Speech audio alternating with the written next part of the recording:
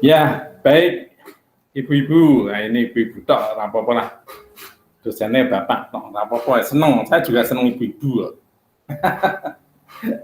Baik, malam hari ini kita ngobrol alon-alon tentang jaringan komunikasi. Di awal agak teknis, nggak apa-apa. Yang belakang nanti lebih ke umum. Bagaimanapun juga, ibu, bapak, ibu-ibu sebaiknya tahu memang tentang jaringan komputer supaya tidak sedikit-sedikit takon ya, sidik-sidik takon. Memang bertanya itu baik, malu bertanya sesat di jalan.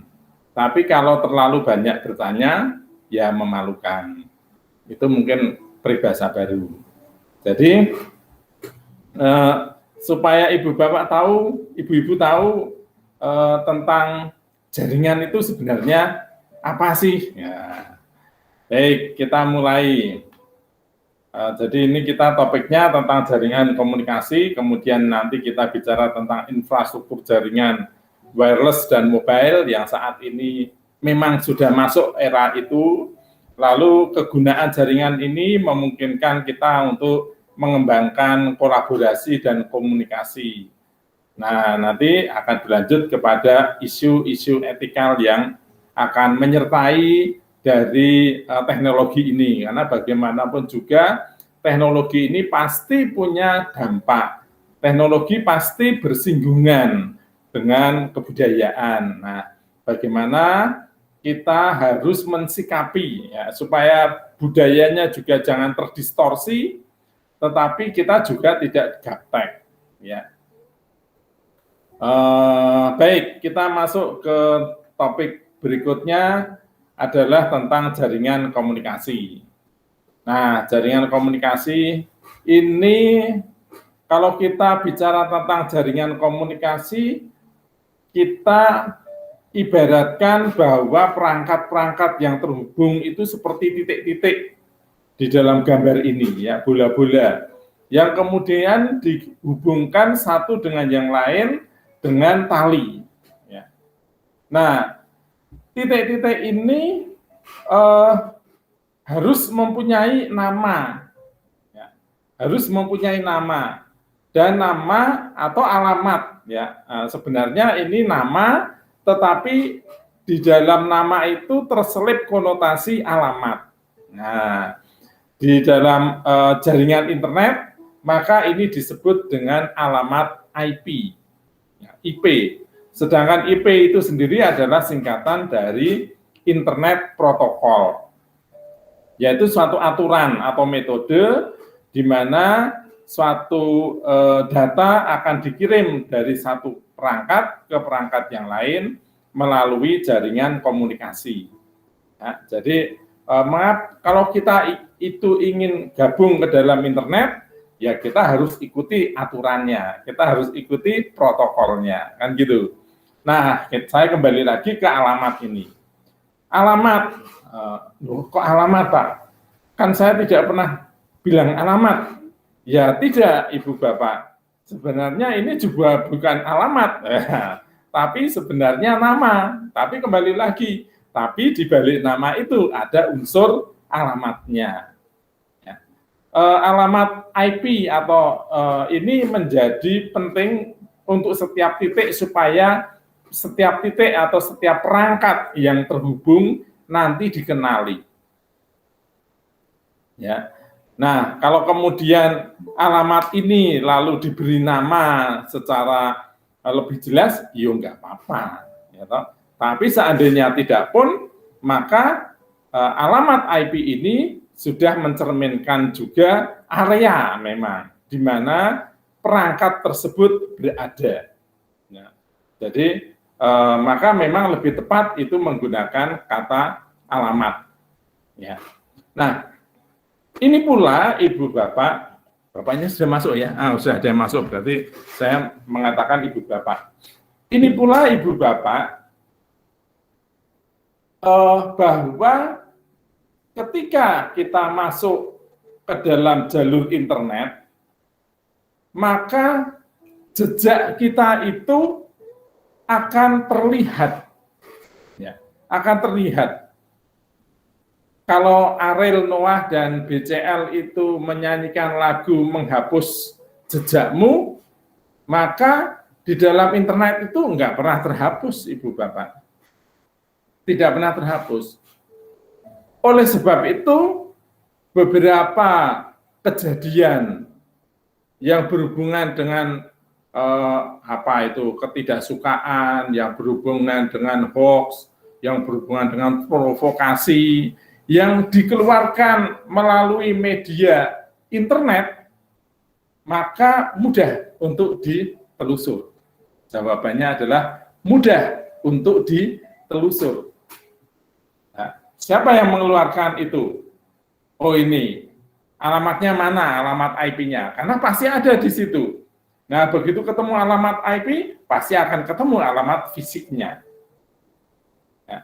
Maka hati-hatilah, bukan hati-hati ya, kalau saya bilang, maka bijaklah dalam menggunakan perangkat melalui internet. Karena jejak kita akan tampak. Tertinggal, ya kita selalu meninggalkan jejak itu. Nggak bisa tidak. Ya, jadi apalagi kalau kita mau menelusur, ya kan? Kalau kita mau menelusur, Ibu Bapak pernah browsing apa saja, oh bisa tahu. Bisa tahu. Browsingnya berapa lama? Oh tahu kami, ya. Meskipun sudah dihapus Pak, ya, dihapus itu kan di memorimu, tapi di dalam jaringan yang Ibu Bapak gunakan, provider yang Ibu Bapak gunakan itu tidak pernah bisa terhapus. Ya, nah, oke, mungkin ada pertanyaan dulu sampai di sini.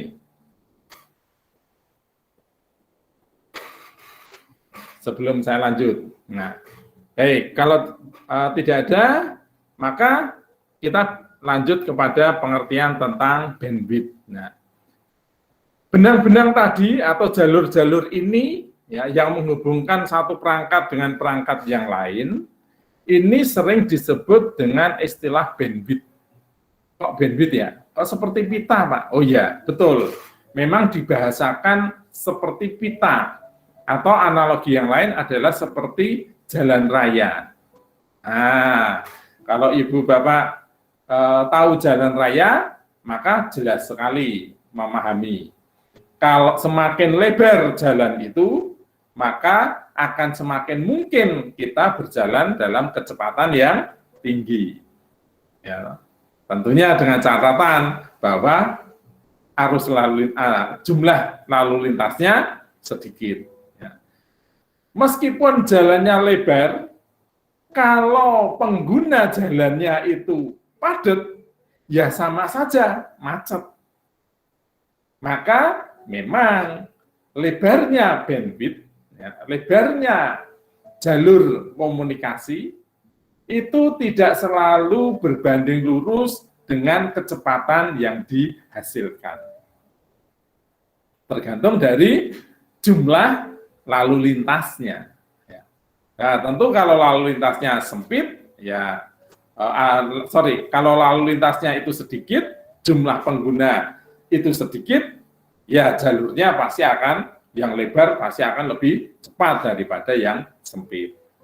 Ya, analoginya seperti itu. Jadi itu sebabnya mengapa ada yang mengeluh, saya sudah langganan jaringan ini sampai 50. Mbps, tapi kok tetap lambat ya? Ya iyalah, lebarnya ditambah, tapi perangkat yang terhubung juga ditambahkan dan semuanya melakukan sendiri, melakukan acara sendiri-sendiri. Misalkan dalam satu rumah, ya, satu orang pegang komputer satu, pegang laptop, pegang komputer satu, pegang HP-nya 2, di rumahnya ada 4 orang, nah, semuanya melakukan aktivitas sendiri-sendiri, belum televisinya. Wah ya, padat kalau seperti itu, ya kan? Nah, kalau semuanya menggunakan satu-satu, ya mungkin akan jadi cepat lagi. Jadi yang lainnya dimatikan. Itu kuncinya di situ. Baik. Nah, kalau tadi kita bicara tentang, sudah menyinggung tentang protokol atau aturan, ya. ini memang harus diatur. Mengapa harus diatur? Ya supaya semuanya bisa berjalan dengan baik. Analoginya ke jalan raya itu. Bagaimana kalau jalan raya itu tidak diatur? Ya misalkan aturan yang ada seperti yang tertulis di sini adalah aturan mengemudi, mau sebelah kiri atau sebelah kanan. Ya. Indonesia menganut aturan mengemudi di sebelah kiri. Ya. Maka kendaraan-kendaraan atau mobil, ya mobil-mobil yang berjalan itu selalu menggunakan setir kanan. Ya. Karena jalannya di kiri. Nah, coba bisa Ibu bayangkan, Bapak Ibu bayangkan, kalau orang Indonesia mempunyai mobil setir kiri itu mobilnya ada di sebelah kiri. Nah, kalau mobilnya ada kalau setirnya ada di sebelah kiri, kita mau nyalip kendaraan, padahal nyalipnya harus sebelah kanan, ya nggak kelihatan, pasti repot. Gitu ya Ibu Bapak. Maka kaitannya adalah kemudian dengan lalu lintas yang akan menggunakan jalan tersebut. Oh, jalan di Indonesia menggunakan jalur sebelah kiri untuk berkendara. Maka kendaraannya semuanya adalah setir kanan. Maka kalau belok kiri relatif tidak usah kena lampu merah, kan gitu ya. Jalan kiri, belok kiri jalan terus, itu banyak sekali. Tapi kalau di Semarang, Ibu Bapak nanti saya tunjukin, justru belok kanan jalan terus, itu banyak. Jalan kanan, belok kanan, jalan terus ya. Kalau belok kiri nggak boleh malahan ya. Tapi belok kanan jalan terus itu ada. Ya, jadi memasang rambu lalu lintasnya juga pasti ada di sebelah kiri. Ya, karena cenderung orang akan berjalan di sebelah kiri. Jadi semuanya akan tertata dengan demikian. Nyalipnya sebelah kanan, ya kan? Kalau sudah nyalip balik lagi ke kiri. Nah, dengan aturan yang ada ini, maka semuanya yang menggunakan harus sepakat. Ya. Nah, dengan kesepakatan tersebut, maka kita bisa menggunakan internet, misalkan dengan baik. Itu manfaat dari protokol. Protokol juga akhirnya mengatur perangkat yang digunakan untuk melakukan komunikasi tersebut. Kabel-kabelnya seperti apa, colokannya seperti apa, ya seperti listrik lah. Listrik juga mempunyai listrik daya, maksud saya juga mempunyai aturan juga. Nah kalau tidak, wah nanti bikin jack sendiri-sendiri ukurannya nggak saling gato. Ya, itu manfaat dari protokol. Nah kemudian tadi saya sudah menyinggung di depan adalah internet protokol. Nah inilah merupakan format penulisan dari alamat itu yang dikenal dengan istilah TCP/IP atau Transmission Control Protocol dari Internet Protocol. TCP/IP ini akan didukung oleh semua platform, ya. Jika platform tersebut ingin eksis di internet. Ya. Nah, ada beberapa versi memang untuk TCP/IP ini atau pengalamatan ini. Yang pertama dulu IP4 ya, yang bertahan cukup lama, sekarang sudah digantikan dengan IP versi 6. Apa beda IP versi 4 dan IP versi 6? IP versi 4 itu ukurannya 32 bit, bisa menampung 16 digit. Sedangkan kalau IPv6 itu ukurannya 128 bit, bisa terisi 32 bit. Nah, 32 digit, Mas. Maaf. 128 bit bisa menampung 32 digit. Nah, dengan mengapa kok bisa berubah dari IP4 ke 6? Karena jumlah pengguna internet itu bertambah. Jumlah perangkat yang terhubung dengan internet ini bertambah sangat cepat. Sehingga akhirnya kalau dialamatkan dengan hanya menggunakan 16 digit, itu nggak cukup. Maka sekarang diperbesar menjadi 32 digit. Nah, apakah nanti akan berubah? Sangat mungkin untuk berubah. Ya, karena keterikatan dengan perangkat internet itu semakin besar. Ibu Bapak tahu, kalau dulu yang terhubung dengan internet itu hanya semacam komputer, laptop, handphone, ya toh. Tapi sekarang sudah bertambah lagi, printer mungkin sudah lama, lampu, ya kan, kamera CCTV, ya, terus apa nanti, mungkin alat musik, ya, mungkin pengaman di jendela, ya, supaya bisa membuka dan menutup jendela sendiri. Wah, semakin banyak perangkat-perangkat baru yang kita operasikan melalui internet, dan itu semua butuh alamat. Maka karena semakin banyak perangkat yang terhubung, alamatnya menjadi semakin banyak digitnya. Kalau sekarang dengan 32 bit ini masih mampu, maka mungkin 4 tahun ke depan atau 2 tahun ke depan barangkali tidak mampu. Maka sangat mungkin untuk dimunculkan IP versi berikutnya. Ya, itu tentang IP. Nah, ada yang mau ditanyakan mungkin sampai di sini? Nah, IP ini, ya, penamaan ini memang mengandung unsur area alamat. Maka tadi dikatakan alamat, ya. Jadi ada kode negara. Nanti begitu masuk di negara ada kode area di dalam negara itu. Ya, baru kemudian yang lainnya adalah digit-digit urutan, ya. Nah, itulah sebabnya mengapa para pengguna atau penggiat internet itu kalau akan dituntut itu mudah, ya, mudah sekali, ya, karena alat yang akan digunakan itu atau alat yang digunakan itu ketahuan alamatnya di mana, sekalipun itu di warnet itu ketahuan, sekalipun itu di warnet tetap ketahuan. Nah, jadi meluncurnya adalah begitu kita ketahui alamat IP-nya, maka kita tahu ada di sekitar ini. Di sekitar ini di daerah mana? Ada catatannya itu di Telkom misalkan, ada di daerah warnet. Oh, ada di warnet. Ya, kita masuk ke warnet. Begitu kita masuk ke warnet, maka kita tanya IP di dalamnya, karena mungkin di sub IP-nya kita nggak tahu. Tetapi begitu kita lihat di servernya, maka kita akan tahu. Oh, tadi anak tersebut masuk ke warnet ini dan menggunakan komputer yang di sini. Oh, ternyata anaknya malah masih di situ. Nah, ketangkap orangnya. Ya, itu alasannya. Jadi sekarang menjadi lebih transparan gitu ya, Ibu, Bapak ya. Kalau kita menggunakan internet menjadi lebih transparan, maka lebih bijaklah ya, jangan menggunakan internet untuk hal-hal yang tidak baik. Oke, nah kita masuk ke broadband itu ya. Tentang lebar jaringan.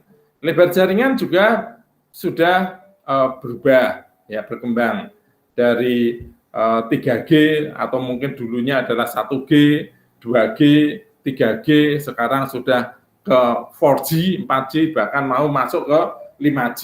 Nah, ini apa sih yang menyebabkan perbedaan nama ini? Perbedaan nama ini muncul karena kemampuan yang juga berbeda.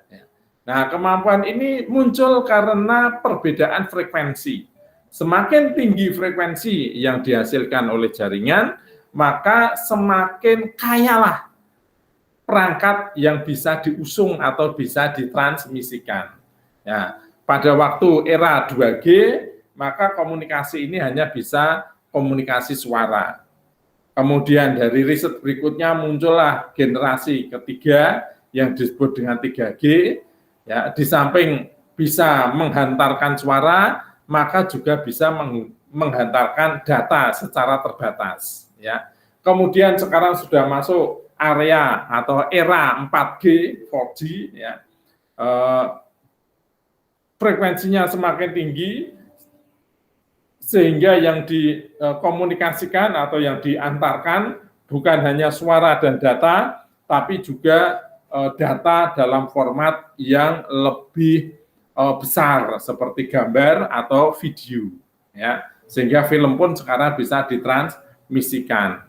Nah, sekarang sudah mulai masuk ke era 5G sebenarnya beberapa tempat, tapi ini masih versi riset sebenarnya, ya.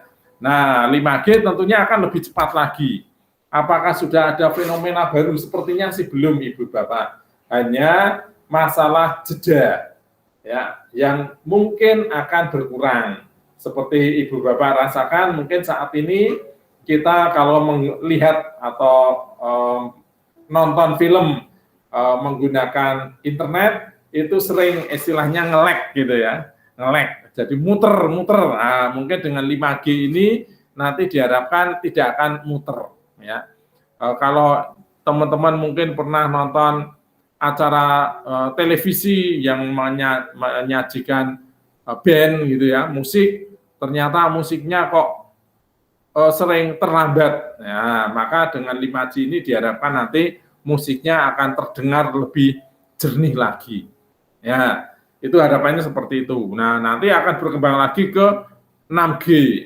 Nah, sampai dengan mungkin ke-7 atau ke 9G saya kurang ingat, tetapi saya pernah dengar kalau kita sudah sampai ke level itu 9G, maka kita bisa memunculkan hologram itu. Sehingga nanti Ibu Bapak kalau kuliah bareng saya dalam grup ini bisa duduk di depan saya, dan saya pun akan duduk di depan Ibu Bapak semua ya. Tapi kalau Ibu Bapak mau mukulin saya ya saya nggak kerasa ya, karena hanya gambarnya saja. Tapi semuanya tampak nyata di depan. Itu kemungkinan nanti kalau sudah sampai ke 9G katanya. 9G atau 10G saya kurang tahu. Ya, itu Ibu Bapak yang saya bisa jelaskan untuk istilah-istilah jaringan. Nah, silakan kalau Ibu Bapak akan ada pertanyaan dengan istilah-istilah jaringan tersebut, saya tunggu supaya mantep gitu ya. Silakan. Atau mungkin persoalan yang berhubungan dengan istilah tadi mungkin. Silakan Ibu Bapak kalau ada yang mau ditanyakan.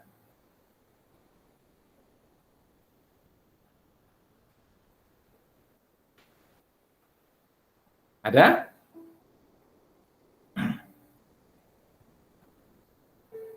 Tidak ada? Baik. Kalau tidak ada, saya lanjutkan dengan infrastruktur. Ya. Infrastruktur jaringan. Ya. Infrastruktur, nah ini kalau di judulnya infrastruktur mobile.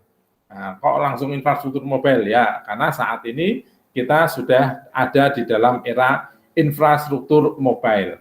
Nah, di dalam infrastruktur mobile ini berbagai komponen di dalam satu jaringan itu terhubung, yaitu yang pertama adalah teknologi jaringan itu sendiri, kemudian ada software jaringan pengelolanya atau software aplikasi untuk menghubungkan jaringan tersebut, lalu perangkat itu sendiri, dan juga ada perangkat jaringan yang memungkinkan untuk terciptanya sebuah mobilitas. Nah, tentunya perangkat untuk bisa mobilitas tentunya adalah antena ya, bukan kabel. Karena kabel itu membuat kita tidak mobile ya.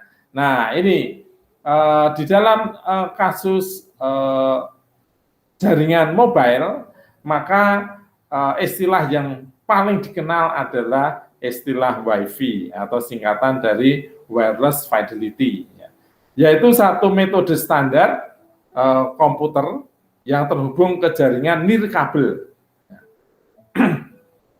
Nah, kita lihat apa itu kaitannya dengan wireless fidelity. Itu adalah ada di dalam gambar yang di sebelah Ibu Bapak ini ya. Nah, jaringan internet terkadang disalurkan melalui satelit ya, untuk jarak yang jauh. Tapi bisa juga disalurkan melalui kabel. Nah, kalau menggunakan satelit nanti akan ditangkap oleh antena-antena. Kalau melalui kabel maka akan ditangkap oleh modem-modem dan router untuk disebarluaskan lagi. Nah, mungkin ada pertanyaan, Pak, baik yang pakai satelit atau pakai kabel? Wah, kalau pertanyaannya seperti jawabannya selalu adalah lebih baik pakai kabel, Pak. Selalu lebih baik dari pakai kabel. Mengapa? Karena kalau pakai kabel kan terlindung, ya, terhubung langsung. Sedangkan kalau pakai satelit itu kan melalui udara.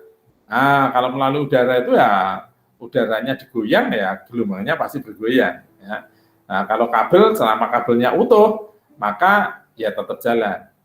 Itulah sebabnya mengapa ada jaringan kabel bawah laut. Ibu Bapak, kok dipaksakan begitu sih?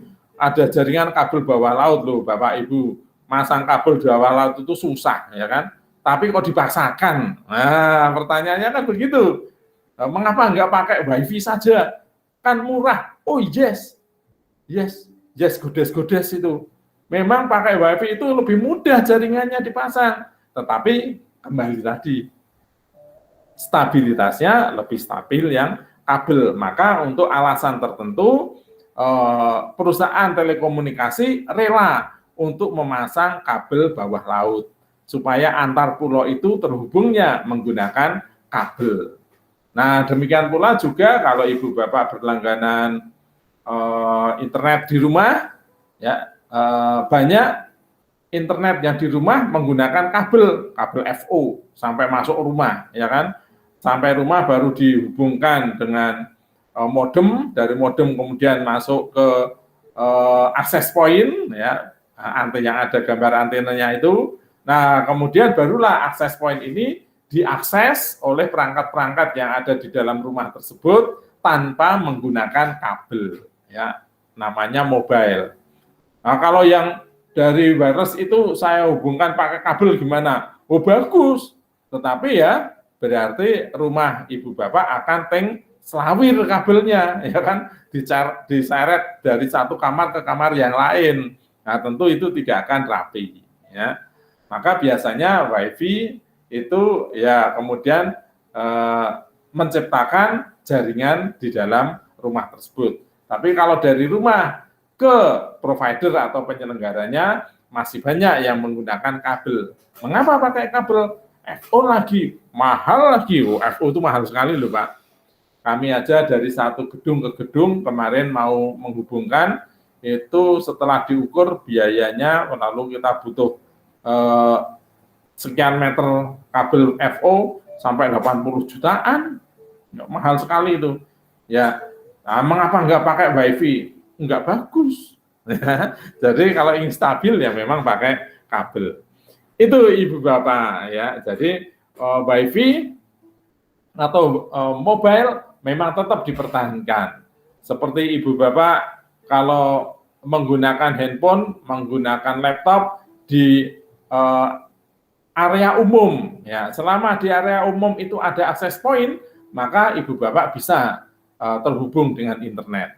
Tentunya apabila akses point-nya itu diketahui password-nya atau malah terbuka, ya tidak menggunakan password. Ya, seperti di di taman-taman di Kota Semarang ini banyak yang sudah menggunakan akses point yang terbuka sehingga menjadi tempat yang ideal untuk mereka belajar ya atau nongkrong dulu, tapi sekarang ya sepi semuanya karena tidak boleh. Nah, itu tentang gambaran dari WiFi atau juga mobile infrastruktur ya. Infrastruktur mobile. Ada yang mau ditanyakan dari sini dulu? Sampai di sini. Silakan. Saya mencoba untuk sedikit demi sedikit seperti komitmen awal ya, alon-alon, kita ngobrol alon-alon. Ada yang mau komentar dan sampai dengan infrastruktur mobile di sini? Oke, kalau tidak ada, kita lanjut ke protokolnya ya. Jadi kalau tadi penamaan WiFi yang singkatan dari wireless fidelity ini sebenarnya juga merupakan penamaan dari kelompok yang mengatur jaringan tersebut. Siapa itu? Yaitu IEEE, Institute of Electrical and Electronic Engineers. Dan aturan-aturannya itu ditulis dengan menggunakan kode-kode 802.11, 802.11a, ya 802.11n dan seterusnya. Jadi aturan ini semuanya adalah aturan atau protokol-protokol. Nah, khususnya untuk WiFi itu menggunakan aturan 802. Ya, nanti isinya apa? Saya juga tidak hafal. Silakan saja nanti Ibu Bapak buka di situsnya IEEE. Ya. Nah, ini sebenarnya ada gambarannya ya, tapi cilik banget ya. Wes tidak perlu dipahami. Yang penting adalah bahwa aturan-aturan itu semakin baru pasti akan meningkatkan kinerja dari jaringan tersebut. Kalau nggak percaya, lihat aja dari gambar tersebut yang sebelah kanan ya. Dari 80211 ya sampai ke 80211 AC. Ya. Bagaimanakah kualitinya? Terus akhirnya menjadi high. Ya. Jadi inilah riset yang ada di dalam dunia jaringan komputer atau electrical ini selalu bergerak ya sampai dengan saat ini untuk semakin meningkatkan kualitas jaringan. Ya, jadi kita cukup berterima kasih dengan para peneliti tersebut. Baik. Nah, kalau tadi kita sudah kenalan dengan infrastruktur mobile, maka saat ini kita kenal dengan istilah Bluetooth. Ya, apa ini Bluetooth? Bluetooth itu juga sama, wireless, ya. Tetapi wireless yang jarak pendek, ya. Maksimal adalah 100 meter, tapi kadang juga 10 meter. Nah, Bluetooth ini digunakan untuk menghubungkan satu perangkat dengan perangkat yang lain, melakukan pertukaran data dengan setting yang lebih mudah, ya. Dengan setting yang lebih mudah. Hanya istilahnya dipasangkan saja. Dipasangkan, di pairing gitu ya, di pairing. Ini mudah seperti kita menggunakan Bluetooth untuk speaker, ya, Bluetooth untuk komputer kita dengan perangkat yang lain, misalkan printer barangkali pakai Bluetooth, kalau dulu pakai inframerah, ya, itu sekarang bisa dilakukan, ya, atau mungkin komputer dengan komputer, ya, itu menggunakan Bluetooth bisa. Handphone dengan handphone ya. Kita mau tuker-tukeran lagu, kita mau tuker-tukeran foto, udah di pairing aja pakai Bluetooth itu bisa ya. Sehingga kita bisa mengirimkan sesuatu atau menghubungkan dua perangkat tersebut. Itu namanya adalah Bluetooth. Ya. Nah, di dalam jaringan internet ini sebenarnya ada 3 jenis, yaitu WAN, WiMAX, dan LAN. Ya. WAN itu berarti Wide Area Network, luas. Ya. Sedangkan LAN itu adalah Local Area Network. Kalau lokal berarti ya terbatas. Ya. Lokal biasanya adalah istilah untuk jaringan yang ada di dalam sebuah organisasi atau perusahaan, ya, internal dalam satu organisasi atau perusahaan, itu sering dikenal dengan istilah lokal, namanya juga lokal. Sedangkan wide area itu adalah bentuk jaringan yang menghubungkan area-area yang lebih luas antar organisasi, antar perusahaan, atau manusia dengan perusahaan. Ya. Seluas apa? Ya bisa luas banget. Ya, bisa luas banget. Nah, kemudian ada lagi yang merupakan WiMAX. Ya, kalau WiMAX ini adalah menggunakan standar mobile, dia ya. Mengadopsi istilah Metropolitan Area Network. Kalau kita bicara metropolitan, berarti ini adalah satu area kota. Ya. Jadi saya juga kurang begitu paham ya ini. Mengapa WiMAX tidak laku? Ya. Tetapi menurut dugaan saya karena ini bisnis, ya, karena bisnis. Jadi kita semangat kolaborasinya belum muncul. Jadi kalau kita pakai WiMAX itu Ibu Bapak, maka dalam satu kota itu bisa jaraknya bisa sampai 50 km.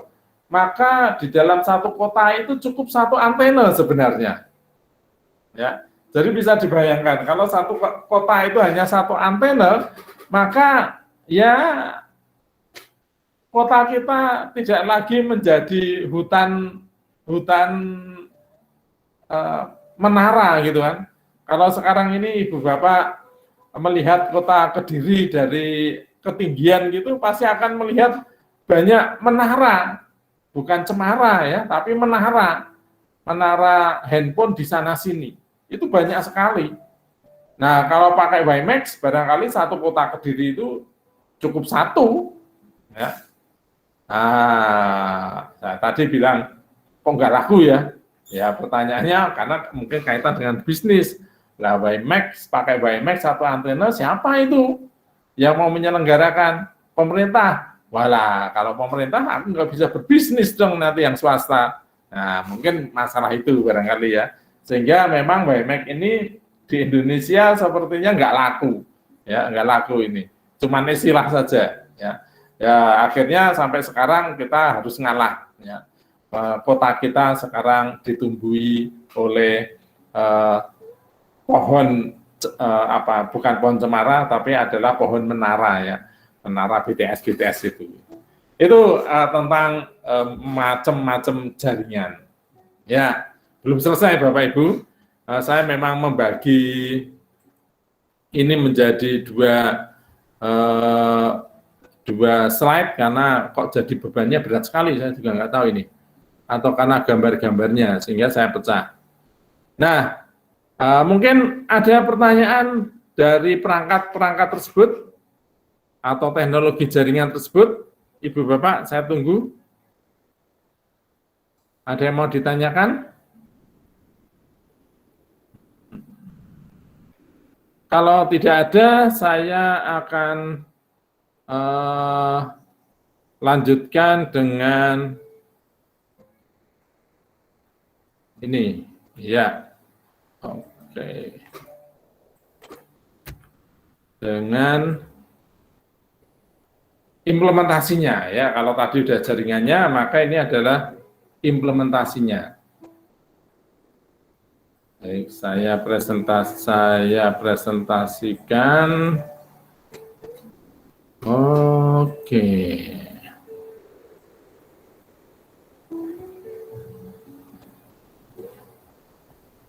Oke. Ya, kita lanjut ke teknologi kolaborasi.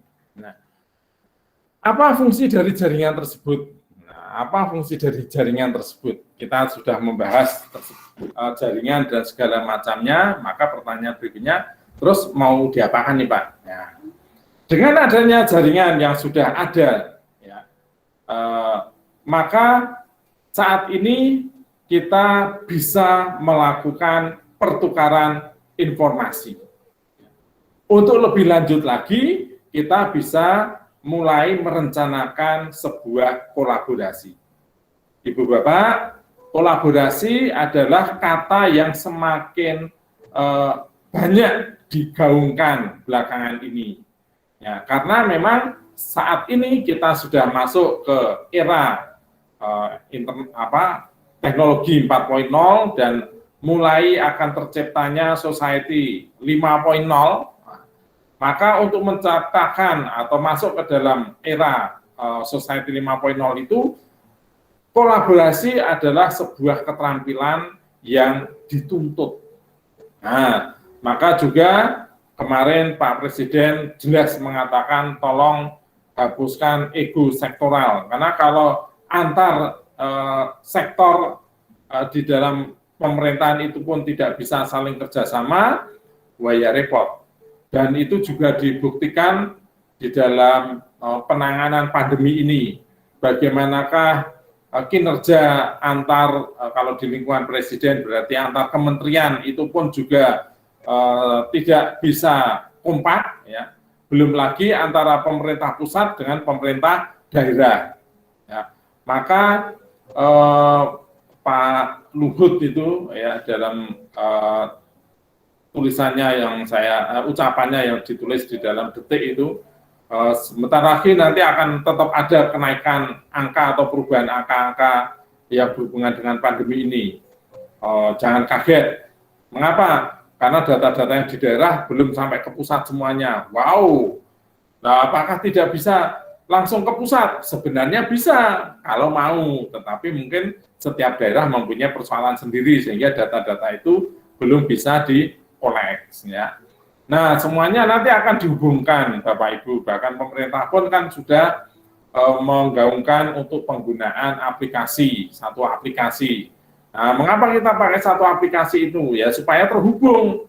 Ya, supaya terhubung sehingga kita bisa membuat satu pemantauan terhadap perkembangan pandemi ini dengan lebih baik. Ya. Nah, Ibu Bapak, kerjasama dan toolnya itu seperti apa contohnya? Nah, ini ada satu kisah.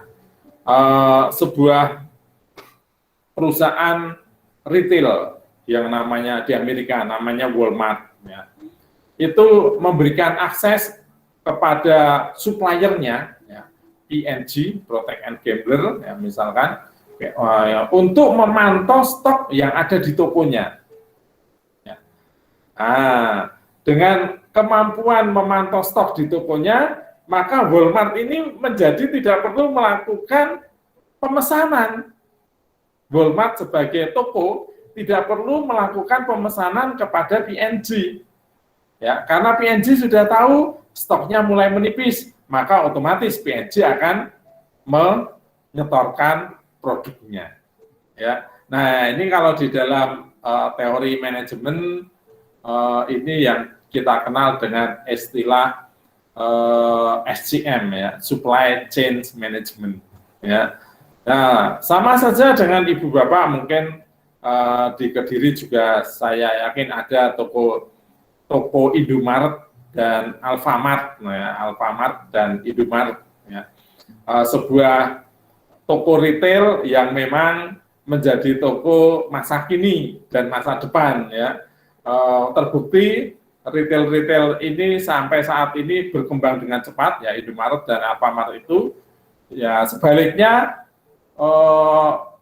super ya, super mall atau mungkin toko-toko yang boleh dikatakan toko-toko besar seperti Matahari, ya, seperti Hero, seperti Giant pada bertumbangan. Ya.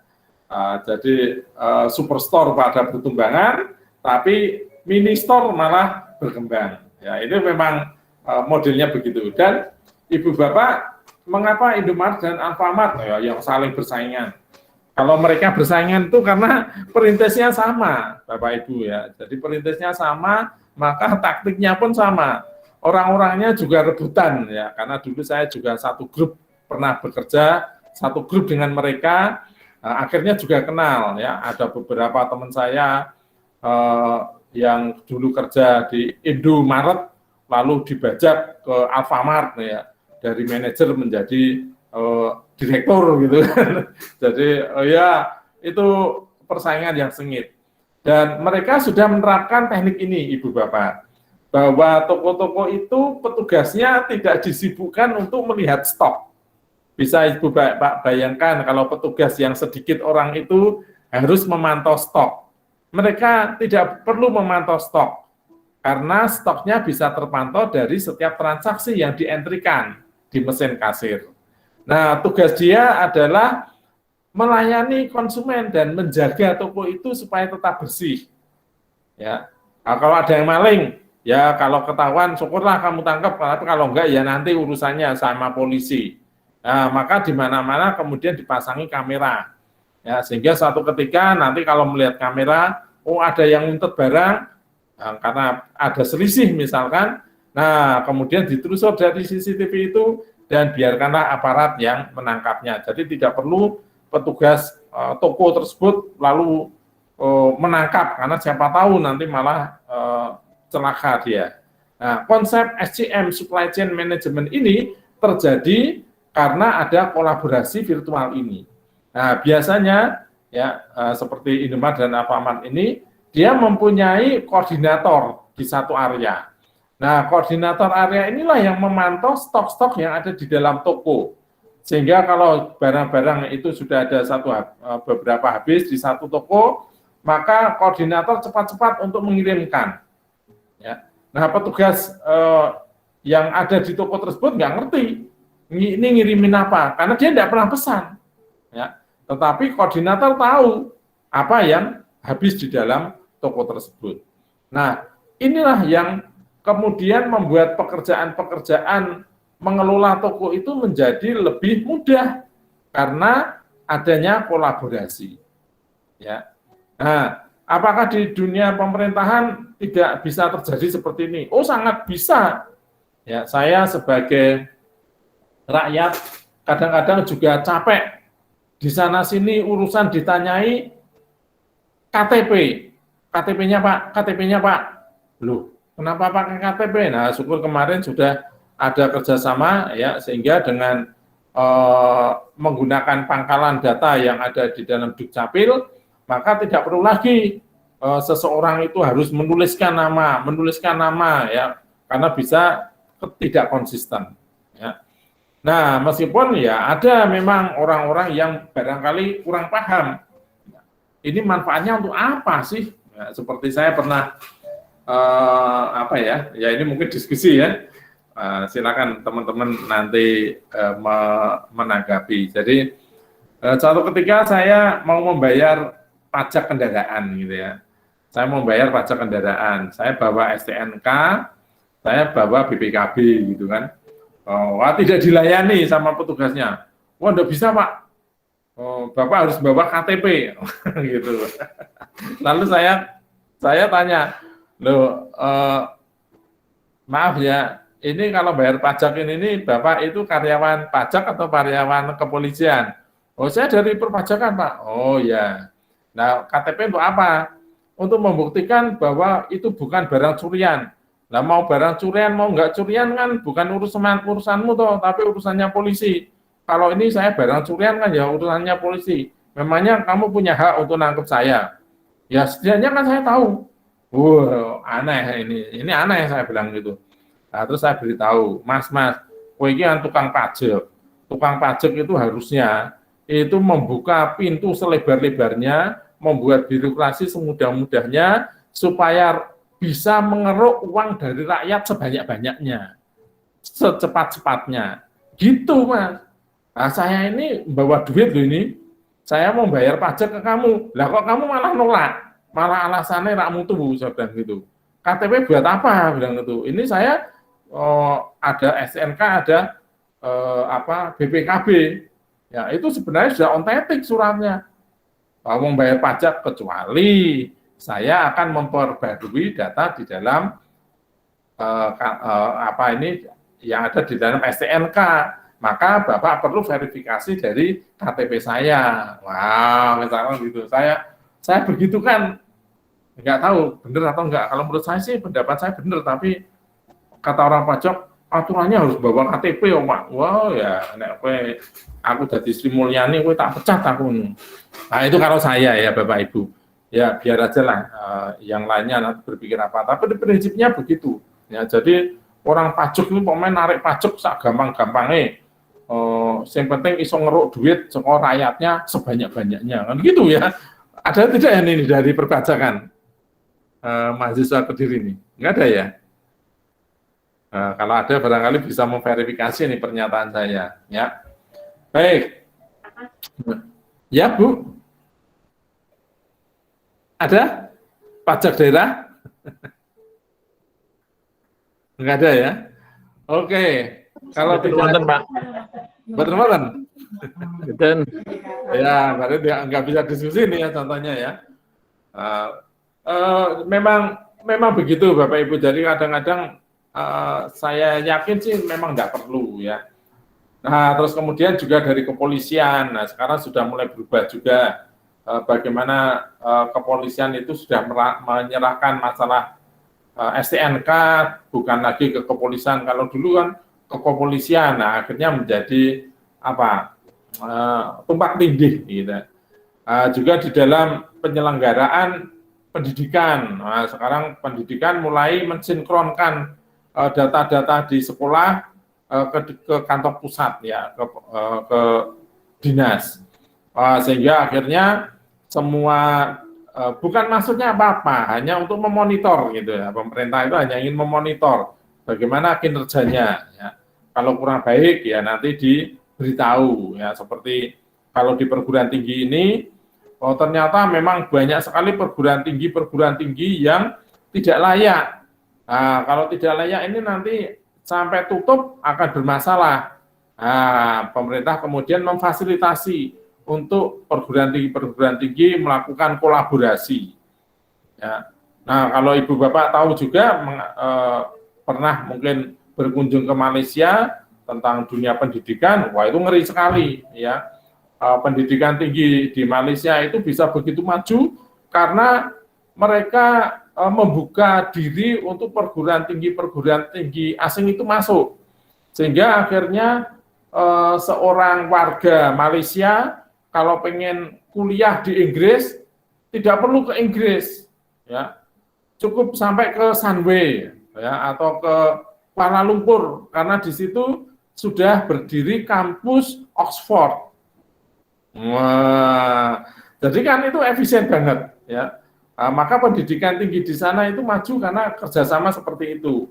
Sementara di Indonesia sebaliknya, wah jangan masuk dulu nanti kampus saya bisa tersaingi. Wah, Udinus juga nggak setuju. Nah, misalkan begitu, saya nggak tahu sih Udinus setuju atau tidak.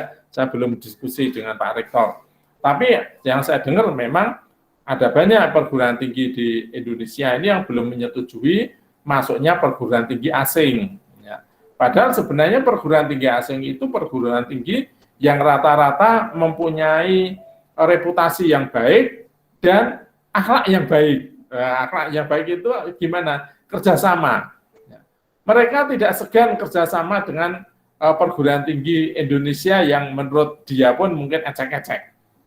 Ya, yang ecek-ecek itu apa? Rankingnya, ya ranking dunianya jauh di bawah. Itu mereka mau kerjasama. Justru orang Indonesia yang kadang-kadang jaim, sudah rankingnya bawah, nggak mau kerjasama dengan yang ranking sama, pengennya yang lebih tinggi. Nah, itu lucu. Ya, harusnya kita kan juga mau berbagi gitu ya. Itu yang ya memang aneh-aneh orang Indonesia ini. Nah, ini contoh Caterpillar. Ya, Caterpillar itu apa? Caterpillar itu adalah perusahaan alat-alat berat, Bapak Ibu. Nah, perusahaan alat berat ini Caterpillar sampai sekarang masih berkembang baik. Ya. Mengapa bisa begitu? Karena dia membuka diri untuk konsumen itu menyerahkan desain produk. Saya pesen alat berat yang seperti ini spesifikasinya. Dia bisa membuatkan itu dan mau membuatkan seperti itu. Sehingga akhirnya terciptalah alat-alat berat dengan berbagai model. Dan ini saat ini adalah satu kerjasama yang memang penting. Mobil misalkan, wah daripada modif, maka mendingan perusahaan mobil itu membuka diri, ya, membuka diri terhadap konsumen, ide konsumen. Yamaha, saya pengen kamu buat motor dengan mesin yang seperti ini, tapi bodinya yang seperti ini, warnanya yang seperti ini saya gambarkan gitu. Wah, kalau itu dinilai layak dari sisi keamanan, dari sisi kenyamanan, ya karena itu reputasi Yamaha misalkan, buatlah kendaraan itu sehingga menjadi satu kendaraan yang unik. Wah, itu nggak apa-apa. Dan sudah mulai Bapak Ibu seperti itu. Nah, ini adalah kolaborasi yang kita kenal dengan istilah kolaborasi virtual. Lalu juga ada yang namanya group work, ya, kelompok kerja. Ya, kita ya seperti saat ini kita sebenarnya juga sudah melakukan group work. Ya, kita bisa kerjasama dari banyak tempat, kita bisa berdiskusi, kita bisa tunjukkan data, ya, kita juga bisa saling bertukar data. Nah, ini kita lalu juga sudah masuk di dalam satu kelompok group work, ya, virtual, secara virtual. Nah, secara lebih nyata barangkali, maka beberapa ada fasilitas yang disebut dengan cloud, ya, atau komputasi awan seperti contoh adalah Google, ya. Google itu sudah menyediakan komputasi awan. Ibu Bapak bisa melakukan kerja bareng menggunakan dokumen yang dibuat oleh cloud Google yang disebut dengan Google Docs, ya. Menggunakan Google Docs. Ada yang berbentuk spreadsheet, ada yang berbentuk PowerPoint presentasi, ada yang berbentuk word processor, ya. Nah, bagaimana kerjasamanya? Kita cukup membuat satu spreadsheet misalkan, atau satu PPT, ya, satu presentasi. Lalu kita bekerja sama dengan 3 atau 4 orang, nanti silahkan teman yang lain menambahkan di dalam presentasi tersebut materi, atau mungkin mengganti, itu nggak apa-apa. Nah, sampai dengan nanti kita sharekan, lalu kita semua akan tahu, oh ada yang merubah ini, oh si Ang merubah, oh Ang merubah ini menjadi ini, oh nambahkan ini, semuanya tahu. Nah, kemudian saya juga nanti bisa, kalau setuju, akan menambahkan juga, ya kan? Jadi kita kerjasama secara nyata, menuliskan, membuat satu presentasi, ya, membuat presentasi, tapi berbarengan. Nah, justru kalau secara offline malah nggak bisa, Bapak Ibu. Ya, Bapak Ibu kalau mau kerjasama seperti itu, menuliskan dokumen di tempat yang sama, nggak bisa. Harus menggunakan komputer yang satu, terus Bapak Ibu gonta-ganti sebagai user. Ya aneh.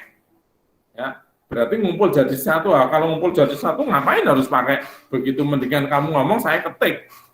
Kan gitu kan. Nah, maka cobalah Ibu Bapak nanti pakai Google Doc, atau kalau tidak ya boleh nanti suatu ketika saya awali ya, saya ajari Ibu Bapak menggunakan Google Doc, tetapi memang syaratnya Ibu Bapak harus mempunyai email Google. Kalau tidak punya email Google nggak bisa nyambung ya. Nah, kalau Ibu Bapak punya email Google, nanti saya kirimi hak akses, maka Ibu Bapak bisa mengakses itu. Ya, jadi misalkan seperti sekarang, saya pengen membuat jadwal jaga, ya, tinggal saya buat tabel aja, pakai spreadsheet begitu, terus saya beritahu teman-teman, silahkan kamu ketikkan mau jaga hari apa saja, wah dia langsung ngetik di situ. Nanti teman yang lain tahu ngetik di situ. Jadi, udah, ya saya hanya membuat kerangkanya, orang lain yang memasukkan. Nah, terkadang juga kemudian ini ada contoh Evernote ya. Evernote itu catatan ya. Kita bisa membuat satu catatan yang nanti akan menjadi peringat ya, peringat untuk kita bahwa kita ada kuliah jam 7:30. Nah, itu dengan membuat catatan dari ya biasanya kertas-kertas kuning begini ya, Bapak Ibu ya. Nah, ya. Nah, ini nanti ditempelkan ya kan, lalu menjadi pengikat. Tapi ini berupa sebuah software. Daripada nanti kalau Ibu Bapak menggunakan kertas kuning begini kan tremplek nih komputer kita jadi penuh. Ya, maka lebih baik menggunakan software ini ya. Itu Bapak Ibu tentang berbagai macam kolaborasi yang kita bisa lakukan dengan menggunakan teknologi jaringan ini. Ya, ada yang mau dikomentari? Silakan. Sharing, monggo.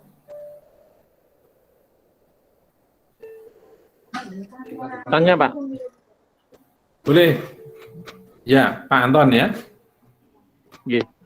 Pak, mungkin nggak untuk yang di awal tadi, IP address itu komputer yang satu dengan yang lain itu sama, itu mungkin nggak?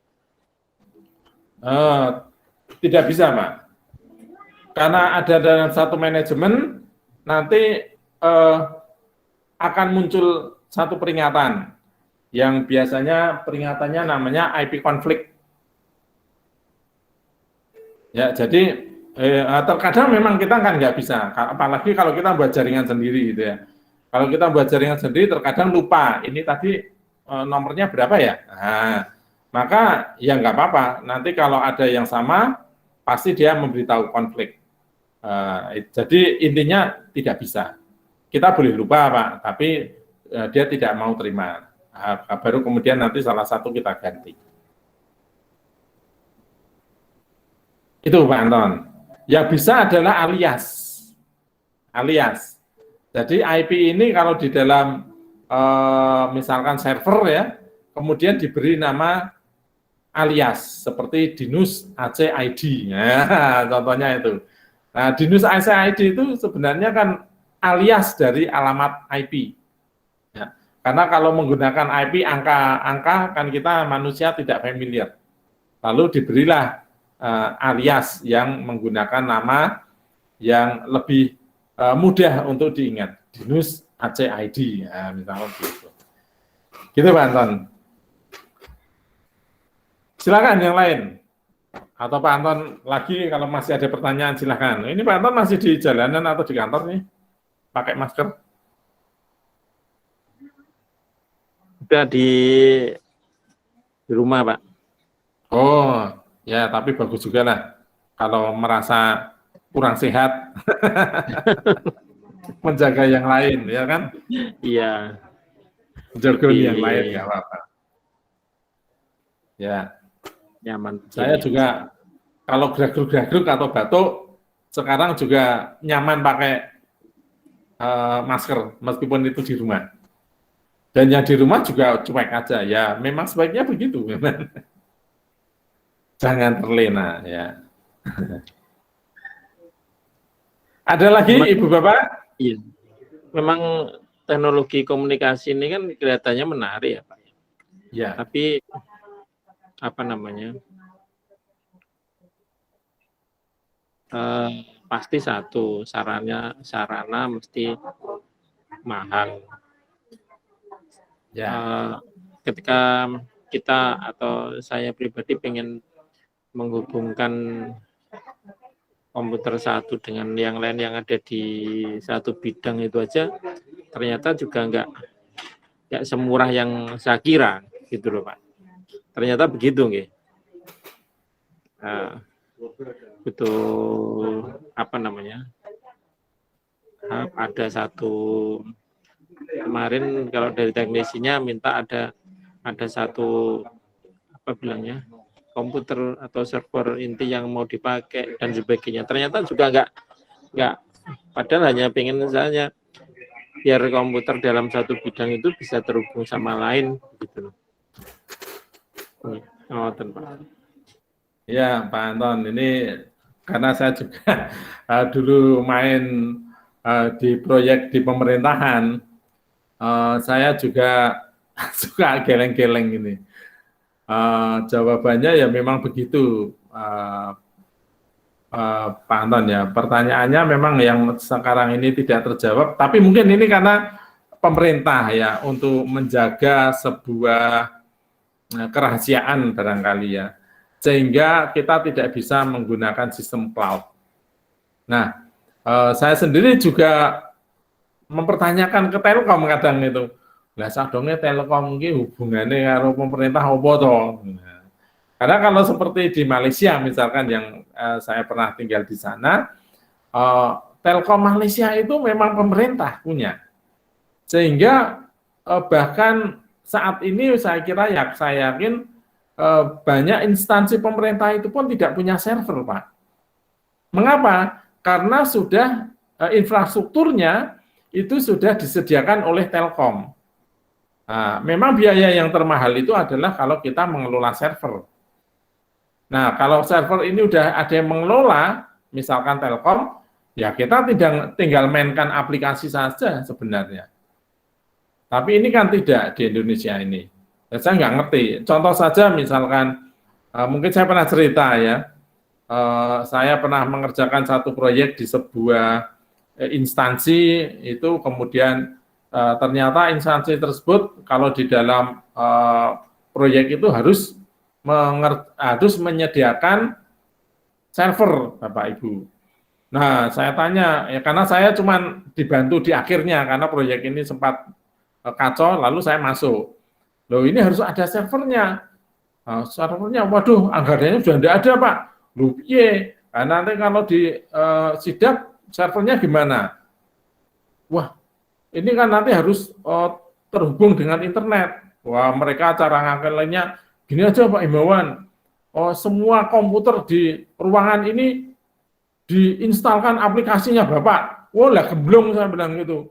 Ya itu pekerjaan yang mudah, tapi kan lucu. Nah, terus akhirnya sebentar. Sepertinya saya bisa menghubungkan dengan server yang di provinsi. Nah, kemudian saya kontak pengelola server provinsi. Ternyata dia kenal saya. Nah, karena kenal dengan saya, lalu saya minta bantuan. Mas, saya minta bantuan untuk menyediakan slot untuk aplikasi yang saya tanam untuk instansi ini. Oh siapa? sudah disiapkan karena di sini sudah ada instansi tersebut, tapi kalau diklik tulisannya masih sedang dalam perbaikan. Nah, kalau Pak Imbauan taruh di sini sudah selesai. Oh ya sudah, kamu ada di tempat sekarang. Iya Pak, saya siap. Silakan kalau mau transfer data aplikasinya, saya kirim aplikasinya, lalu ditanam di servernya provinsi.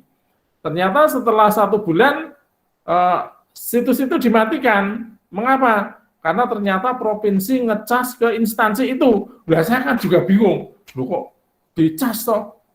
Nah, nggak tahu kalau di Kediri ya, di kabupaten, di provinsi Jawa Timur. Kalau di Jawa Tengah itu terjadi seperti itu.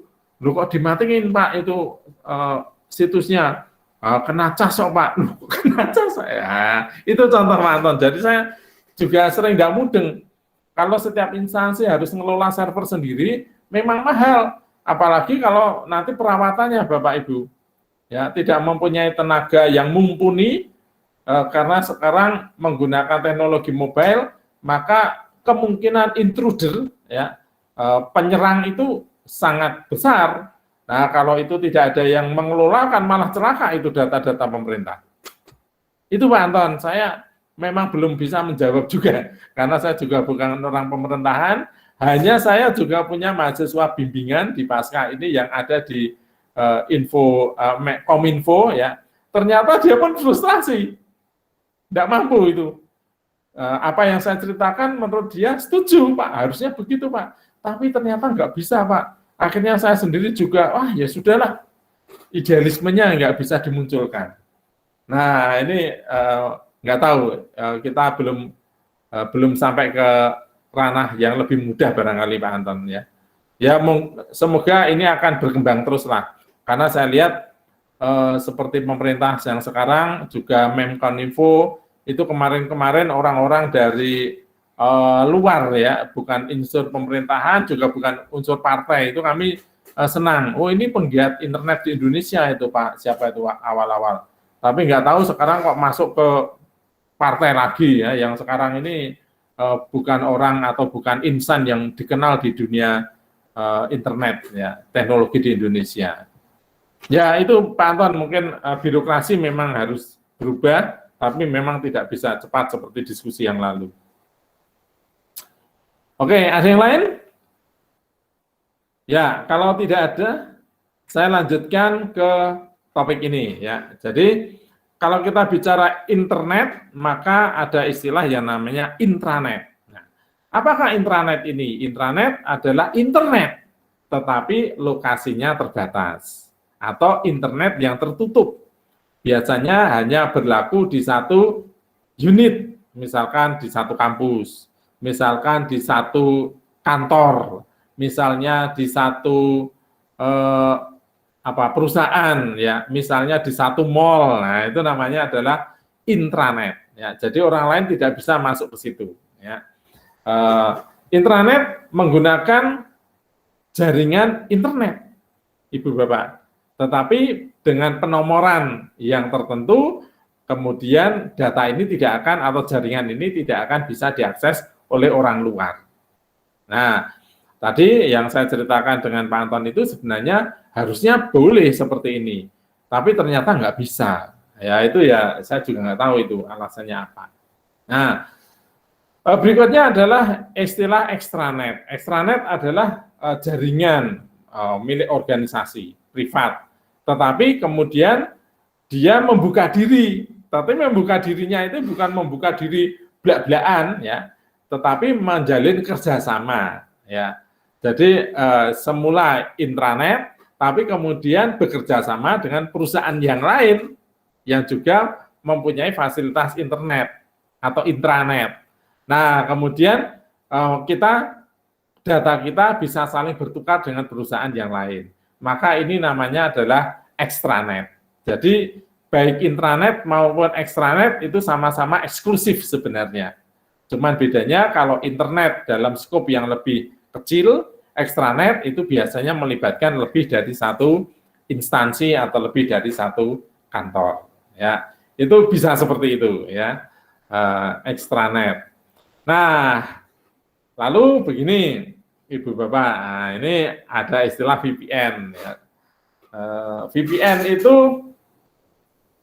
singkatan dari Virtual Private Network. Ya. Jadi kita itu bisa menciptakan satu jaringan yang eksklusif, ya, untuk kita sendiri. Caranya gimana? Pasangi VPN. Nanti kalau dipasangi VPN, jejak kita itu tidak akan bisa dilihat orang biasa. Ya. Nah, memang biasanya dilarang. Ya. Mengapa dilarang? Karena identitas kita menjadi terkaburkan dengan VPN ini. Nah, jadi kalau ibu bapak pengen supaya rahasianya tidak diketahui, gitu ya, pengen browsing di tempat-tempat yang agak apa ya, agak berisiko, tanda petik ya, supaya nanti tidak keluar di historinya, maka gunakan VPN. Nah, karena dengan VPN ini pula situs-situs yang terblokir itu bisa kita masuki. Ya, ini hebatnya kalau kita menggunakan VPN.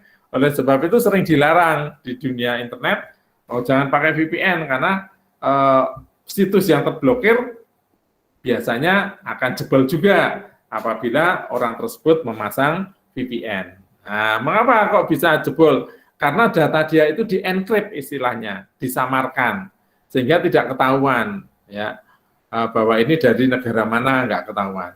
Nah, itu VPN. Banyak orang menggunakan VPN, ya.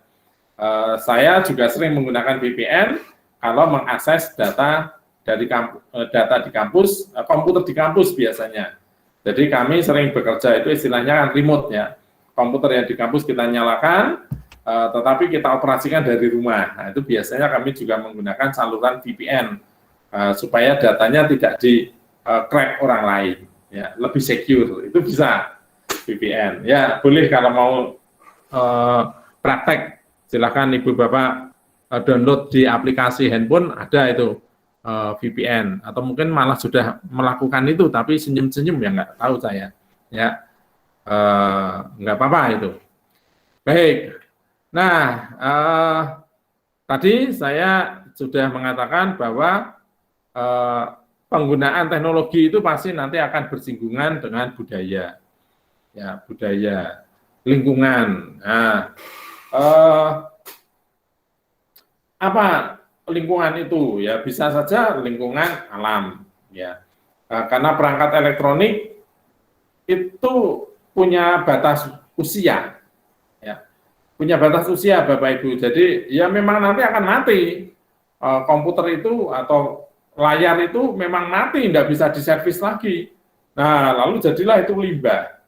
Nah, dulu, dan kalau itu komputer atau layar tabung, wah, zat yang di dalam tabung itu beracun. Maka itu yang sekarang itu menjadi isu. Ya, jadi diharapkan adalah kita bisa menciptakan perangkat, ya, yang bisa di reduce, recycle, dan recover ini untuk supaya jangan sampai banyak limbah. Nah, limbah ini juga untuk negara-negara maju ternyata pinter juga.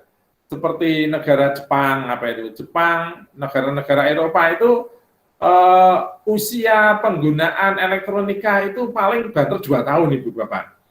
Jadi tidak peduli bahwa alat itu masih baik, masih bisa digunakan. Tapi karena usianya sudah mencapai 2 tahun atau bahkan 1 tahun, maka harus diganti.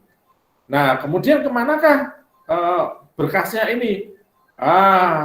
Harusnya dileburkan, tetapi ternyata oleh orang Indonesia itu diimpor, lalu dijual di Indonesia.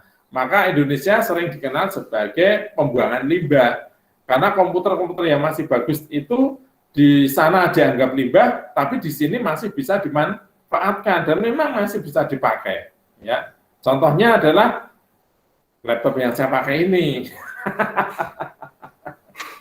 Laptop yang saya pakai ini juga limbah dari Singapura, Bapak Ibu.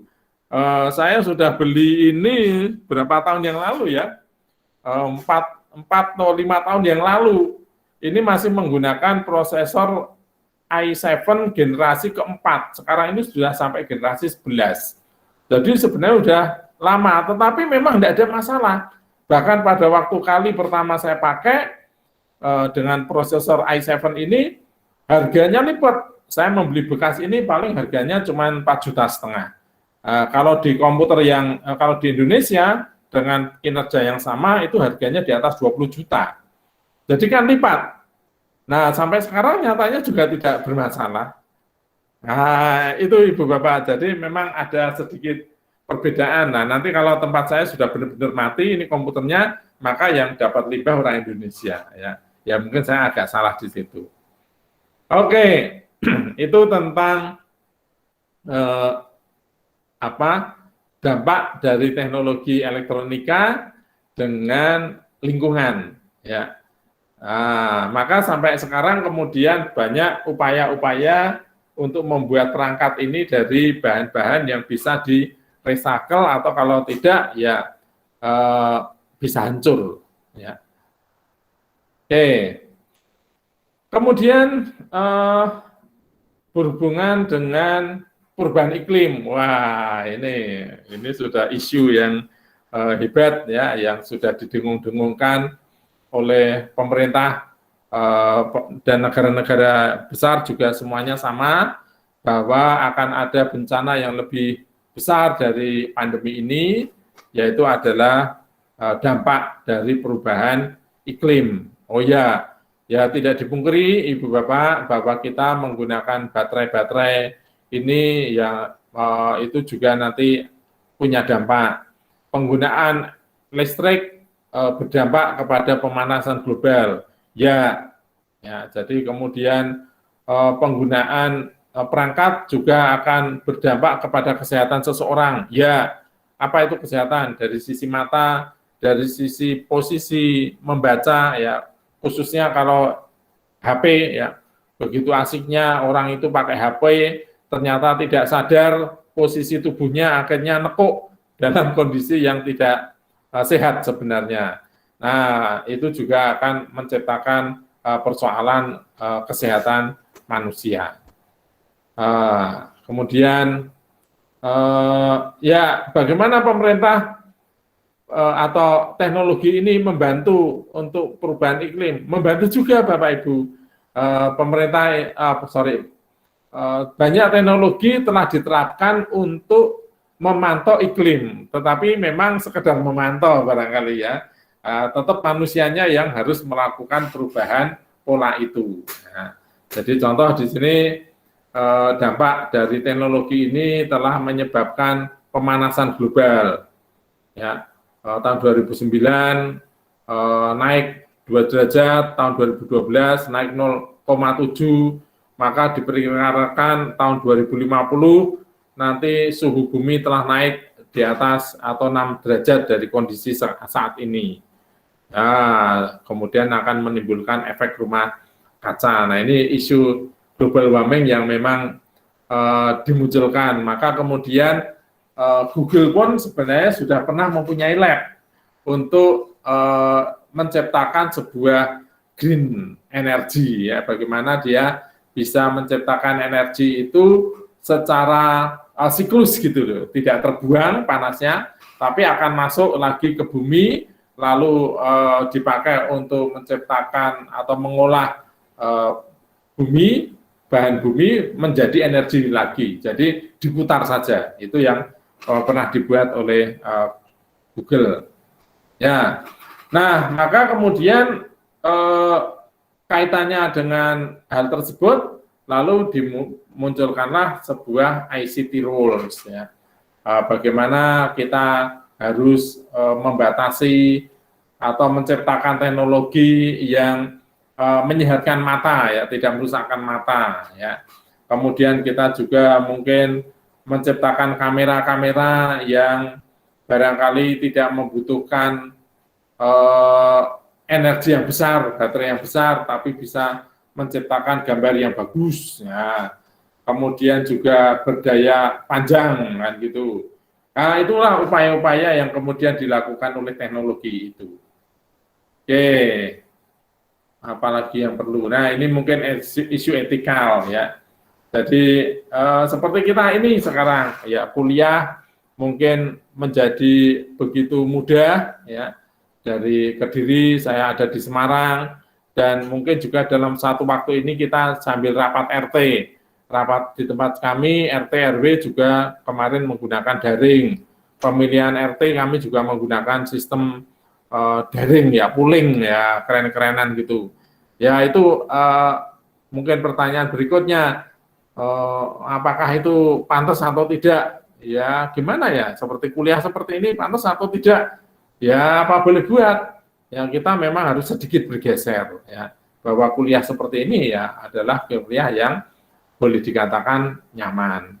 Nah, tapi juga ada satu ya, di sini nanti Ibu Bapak baca sendiri juga boleh, yaitu satu perubahan mindset ya, pandangan bahwa dengan adanya teknologi ini maka menciptakan orang yang saling ego ya, lalu turunnya nilai-nilai individu ya, individu, jadi nilai manusiaan itu kadang juga menjadi turun ya. Mungkin Ibu Bapak juga tahu dalam atau merasakan ya, selama kita pandemi sekolah dari rumah, maka Ibu Bapak barangkali melihat putra-putrinya lalu terkungkung di kamar ya. Mungkin nyaman, akhirnya malah tidak keluar-keluar dari kamar ya. Komunikasi kita menjadi jarang, misalkan seperti itu. Itu saat ini memang terjadi begitu. Baik Ibu Bapak, demikian yang bisa saya sampaikan tentang perkembangan jaringan komputer dan dampak sosialnya. Tetapi nanti kita akan bahas lebih khusus dalam satu bab tersendiri untuk dampak-dampak sosial itu. Kalau ada pertanyaan, saya tunggu. Kalau tidak ada, saya akhiri pertemuan pada malam hari ini. Terima kasih atas perhatiannya. Selamat malam. Kita bertemu lagi minggu yang akan, Selasa yang akan datang. Ya. Jaga kesehatan selalu, tetap bahagia, tetap semangat. Terima kasih, Pak. Tidurnya. Selamat malam, Mas. Ya, Pak. Selamat malam. Selamat malam.